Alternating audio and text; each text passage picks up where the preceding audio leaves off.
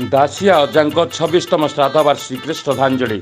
ओडिशा पाठागार आंदोलन प्रबाद पुरुष प्रख्यात संग्राहक तथा नयागढ़ माटीर गर्व और गौरव एवं समस्त प्रिय दाशरथी पट्टनायक ओरफ दासिया अजाଙ୍କ 26तम श्राद्धवार्षिकी अवसर में दासिया अजा स्मृति कमिटी तरफ कचेरी बजार स्थित प्रतिमूर्ति में पुष्पमाल्य सहित गभीर श्रद्धांजलि अर्पण करा जायछि।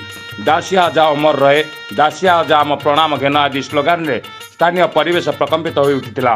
स्मृति कमिटी अध्यक्ष समाजसेवी प्रमोद पट्टनायक पौरोहित्य रे आयोजित श्रद्धांजलि कार्यक्रम में म्युनिसिपालिटी उपाध्यक्ष गुरुप्रसाद जेना समेत समस्त काउंसिलर, नाट्यकार डॉक्टर विजय चौधरी, कमरेड विश्वनाथ महापात्र, समाजसेवी दामोदर साहू, जिला वकील संघ सभापति मनोरंजन महापात्र, दुर्योधन साहू, गोदावरी साहू, निर्मल सूरदेव, श्रीधर साहू, निरंजन मिश्र, आईनजीवी रंजित दास, सुरेंद्र महापात्र, लक्ष्मीधर साहू, गोकुल षडंगी, रामकृष्ण रथ, सौदामिन स्वाई, शरत आचार्य समेत भारत विकास परिषद सभापति संपादक एवं समस्त सदस्य माने योगदान करी पुष्पमाल्य एवं श्रद्धांजलि अर्पण करथिले।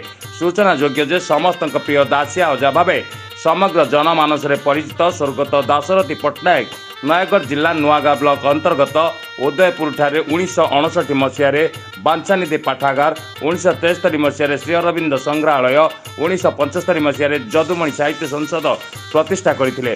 से 1997 मसीह सेप्टेम्बर मास 12 तारिख दिन निज ग्राम रे इहलीला संवरण करथिले।